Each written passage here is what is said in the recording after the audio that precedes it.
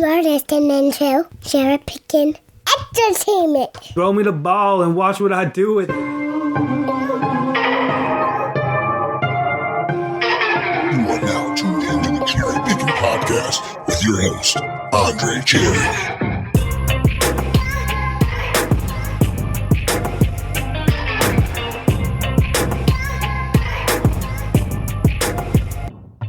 Hey, what's up, everybody? Welcome into the CherryPickin Podcast. I'm your host, Andre Cherry, back for Season 9 of the CherryPickin Podcast. Can you believe that we are already 9 seasons deep into the CherryPickin Podcast? I honestly can't believe that we've gotten this far, that we've come this far together. And I'm excited for another college football season. I hope you are too. And thank you for rocking with me. If you're a loyal day one listener to the CherryPickin Podcast, I appreciate you. And I'm looking to get back into the rhythm and the groove of producing a podcast. I have been busy. I know I've said that before, but now I truly feel like I've got a lot of stuff going, fortunately. And I want to address that here once we dive into the podcast. But to just want to say welcome back. I mean, we've got week 0 college football approaching us here in a couple days. I'm thrilled because NC State versus Virginia is going to take place tomorrow, and I'm excited for the opportunity to kind of be focusing on all things NC State, and I'll get into that here shortly. But NC State and Virginia, it's a big-time matchup out of the ACC, week 0, and it's to begin ACC play. So whoever wins this game tomorrow will sit atop the ACC standings for 1 week. I'm thrilled that NC State's, they have the opportunity to show out and show up. And for me as an NC State fan, I feel like it's time. It's got to be time. Dave Doeren has been at the program for a while now. He's the all-time winningest head coach at NC State. We need to turn a page in our history. We need to start doing the damn thing, really. Like, as an NC State fan, I want us to be successful this season. On paper, their schedule is very manageable. On paper, they have a schedule similar to Virginia's from a season ago, where Virginia won 11 games last year. They lost to NC State early in the season, and then after that, they rattled off a series of back-to-back wins en route to an 11-3 record last season. They ended up in the ACC championship game.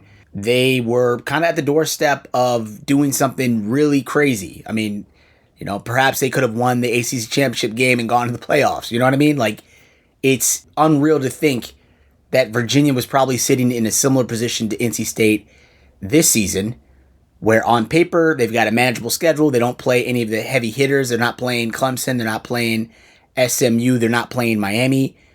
NC State has the best opportunity to make some noise this season. And I feel like as an NC State fan, it's always, we're always kind of not in the mix. I was trying to find a better way to say it. We've just never been in the mix. Certainly not in the last couple decades. This season, it feels like they could be on the doorsteps of doing something really, really impressive this season. CJ Bailey comes back, the superstar quarterback for NC State. We were able to bring him back to Raleigh for a 3rd season, which seems crazy in this world of NIL these days. The fact that you've got a quarterback that has that continuity with one program, has been there since he was a freshman, he's a junior now. It seems unreal in this day and age of college football that a quarterback would stay for 3 seasons. NC State did what it had to do to keep him there. They added a bunch of new playmakers through the transfer portal, people that CJ Bailey knows personally, added some good experience on defense as well. So NC State's got a prime opportunity to do something. I just need to see it now. And as an NC State fan, it's like, if this is not the time to shine and the time to ball out, I don't know when that time will be. I feel like for all the folks that have kind of been waiting for Dave Doeren to show us something, this is his opportunity to put it all together with the team he's got, the team he's assembled. I know they lost some talent coming into this season, but you've got CJ Bailey, you've got some important pieces on defense that have kind of plugged themselves in. And I feel like if this isn't the time to go, it'll never be the time to go. Like, it's got to happen now. And so this is a critical game tomorrow. Virginia, NC State. Like, this is the game of the weekend, in my opinion, is that matchup with the Wolfpack and the Cavaliers. That game kicks off at 3:30 on ESPN. I'm excited to watch it. I teased something earlier that I've kind of been more intimately involved with NC State and just from a, understanding the program and trying to get more familiar and more kind of embedded in their world. I've been a lifelong fan of NC State, and you guys know that if you've been listening to the podcast. But now I'm doing something really interesting, really neat, where I am a writer for On SI. So it's an offshoot of Sports Illustrated, where there's other writers covering teams from all across FBS. I am one of the guys covering NC State football for On SI. Need to give a shout out to my old producer at The Score, Nick Shepkowski. I was his intern way back in the day when I first started. When I graduated college, wanted to be on the radio in Chicago. I was at WSCR, The Score. And the first person that really worked with me and somebody that I really built a relationship with while I was at The Score was Nick Shepkowski. He was the producer on a show called Hamp and Holmes. So Dan Hampton and Lawrence Holmes, they had a show in the mornings. I was an intern for Nick. Also with Baldy McGrindy, Brendan McCaffrey. I was their intern. And so for a couple months that summer, I worked on that show. And that was really my first kind of introduction into the world of like professional sports radio. And Nick was really someone that taught me a lot. And it's a shame that it didn't really it's come full circle now, but it was a shame at the time when I was just a young kid out of college. I wanted to do sports radio. Like, I wanted to be a part of that world, and it just didn't work out for me. I was an intern, unpaid intern, and my parents were cool, letting me go to Chicago. I was living, out in the western burbs. I would go in and out of Chicago every day for this internship, which I really enjoyed. I really enjoyed meeting all the different hosts, all the other interns. Like, I enjoyed being in that little world for a summer. But once the internship ended, my parents were cool, but my parents weren't the type that will, kind of let me stay with them, and I needed a job. So it's like they were ready for me to kind of grow up in a way. They wanted me to find a job and, kind of move on with my life. I just recently graduated college. They weren't sure kind of what the path looked for me if I stayed in journalism. I really wasn't sure what the path looked like for me either, because I graduated college back in 2009. So it was during the recession.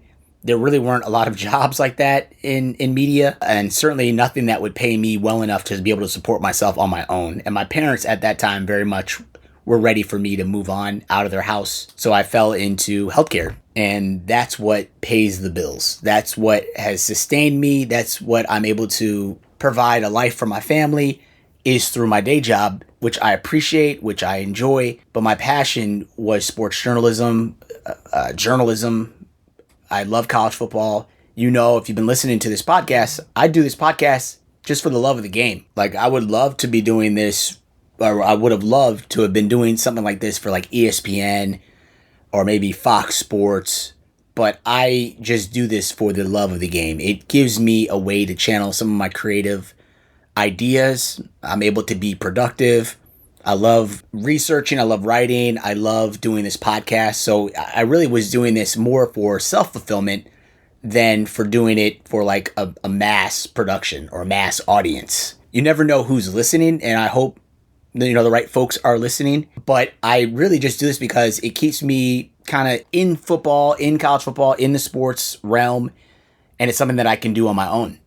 And there's not a big cost to do this. I have a mic, I have my laptop, and then I just go. I have been excited and thrilled to have this opportunity to do this for so long. The podcast, this is the 9th season, as I mentioned, but I was doing college predictions, like straight up predictions, for a long time before that. Like maybe when I was in college, to be honest. So it's been quite some time. And I never thought that I would get an opportunity to do anything larger than what I've been doing on my own. And that changed maybe a few months ago. You know, things kind of come full circle. Nick reached out to me, asked me, you know, I've got this opportunity. You'd be writing specifically for NC State on SI is the brand. You know, you would be one of the contracted writers for the site. Are you interested? And from there, I kind of just, I was obviously interested, you know, first of all, but like after that, you know, we just kind of got the ball rolling. And I've been trying to produce or write content for on SI for NC State on a pretty frequent basis. And I think as we're approaching week 0 and then the official start to the season, that'll pick up quite a bit. But when he approached me for the opportunity, you know, I don't know if he was sure that I would be interested in it. But when I just stopped to think about it, it's like, that's actually a dream. Like, I love writing. I love NC State. I love having an opportunity to put my stuff out there and produce content for an audience to watch. I'm going to try to incorporate some elements of this podcast into it as well. So it really it became like a springboard for me. And it was a moment where I was like, I have to kind of run at this opportunity because it probably won't come around again. You know, I'm approaching a pretty big milestone birthday in September. And, you know, as I just mentioned, I've been doing this since I was in college, maybe before that even. So, you know, we're talking like 20 years, you know, close to 20 years. And so for an opportunity like this to come around, it felt like it was rare. It felt like it was really special. And I really appreciate Nick for even considering me for the opportunity. I think when it first came up, he said, and we got an opportunity for NC State. He's like, man, I honestly don't know anybody that likes NC State, which is not hard to believe, especially in Chicagoland. I don't know if there were any other families that were NC State fans like my family was. I knew one guy. His name was Greg. I went to school with him growing up as a kid. And his father went there, but I don't think they were really passionate diehards like we were. So for much of my life, I mean, the only other NC State fans I knew were in my house, or if we were going to North Carolina, if we were in Raleigh, that's like the only time that I'd have like a homecoming with NC State fans. But other than that, for a long time, it was just kind of my family and my dad went there. He graduated from NC State, I believe back in 81. So for Nick to know that I do this podcast, that I've been active with the college football stuff, that I am a huge NC State fan, it's like a huge honor that he saw that, recognized it, and then even considered me for the opportunity. There's a quote on my wall that I have up here, which is something I just read every day. I'm in my office, and it's a Chuck Norris quote. And he says, and I quote, "A lot of people give up just before they're about to make it. You never know when that next obstacle is going to be the last one," end quote.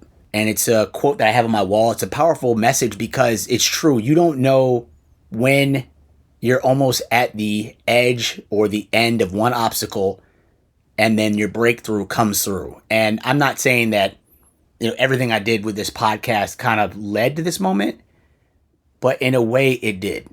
Like, I've been doing the work. I've been doing this, you know, for 9 years of this podcast show. And I really wasn't doing it with any sort of end goal in mind.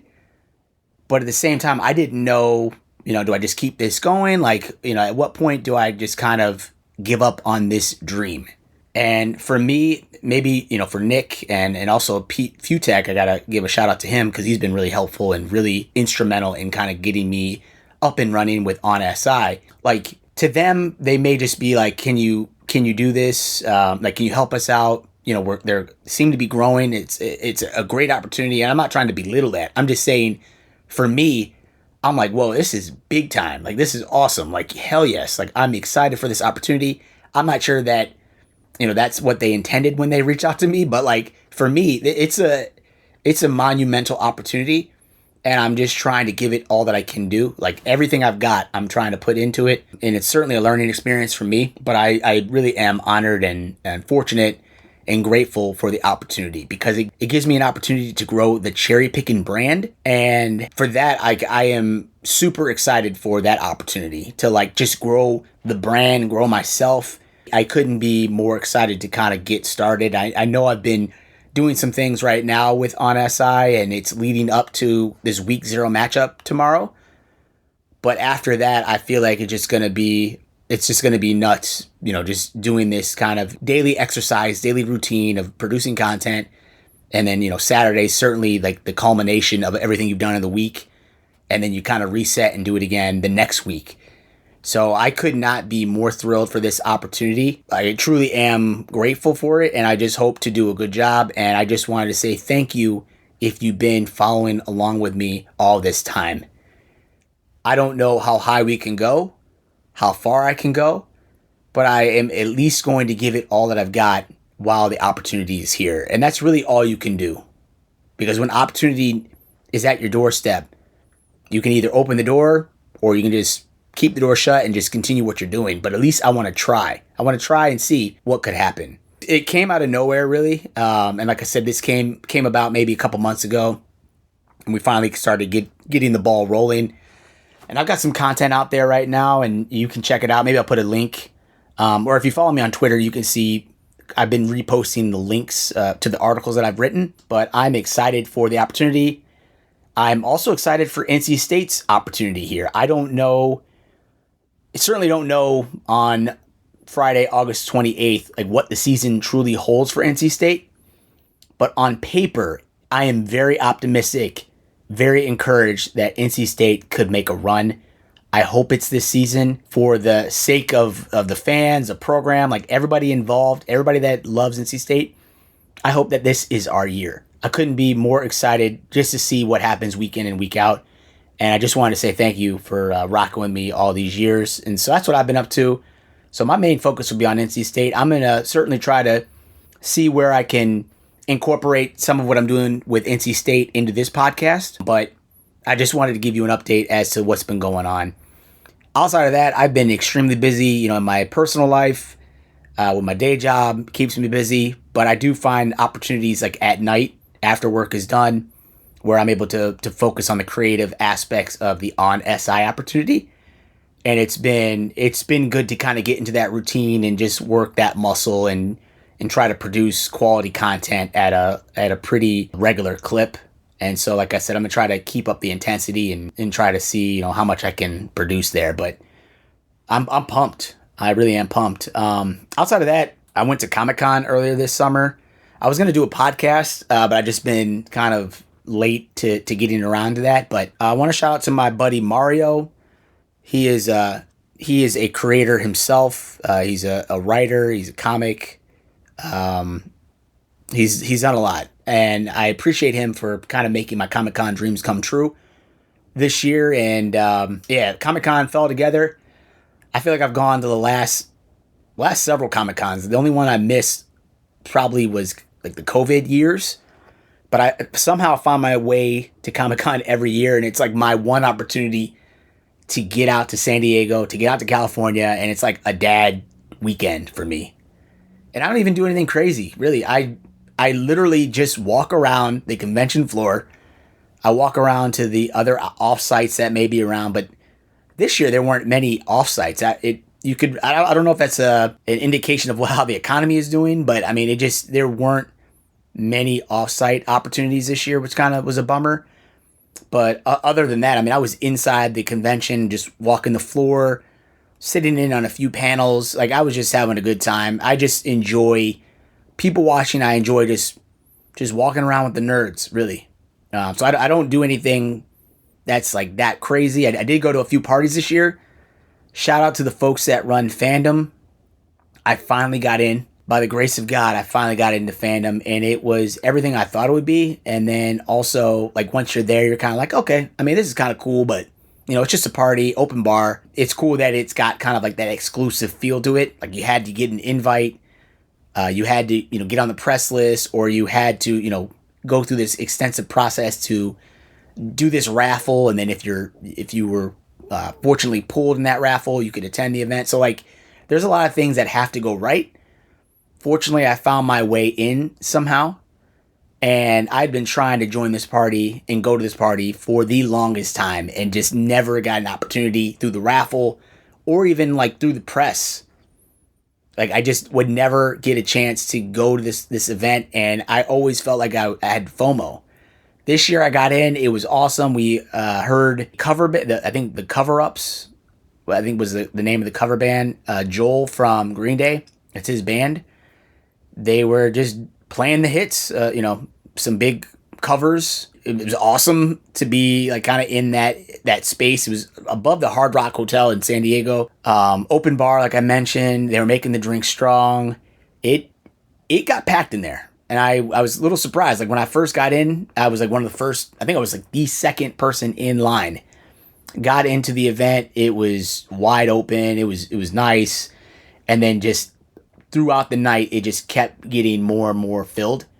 And it was shoulder to shoulder at the end. But it was cool. It was cool. There's a lot of celebrities that came through there. It was nice to feel like I was a part of the in crowd for one evening.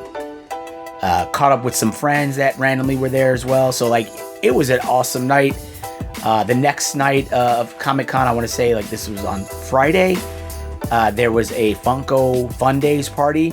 Somehow got into that as well. Had a good time. Have a bunch of Funkos that I don't know what to do with now. I sold a couple on eBay.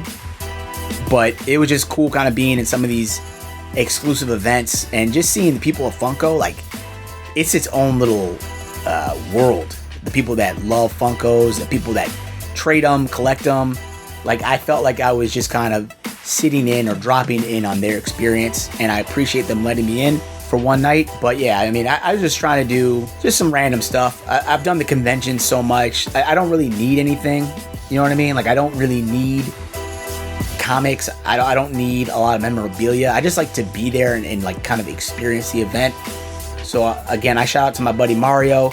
But yeah, I did Comic-Con this year. It was fun. And that was really probably the most exciting thing I did this summer, like just for myself. Like, that's the one chance because I am a dad. Like, my family was like, all right, you can go to California. I went for like 3 or 4 days, came back early on a Sunday morning flight.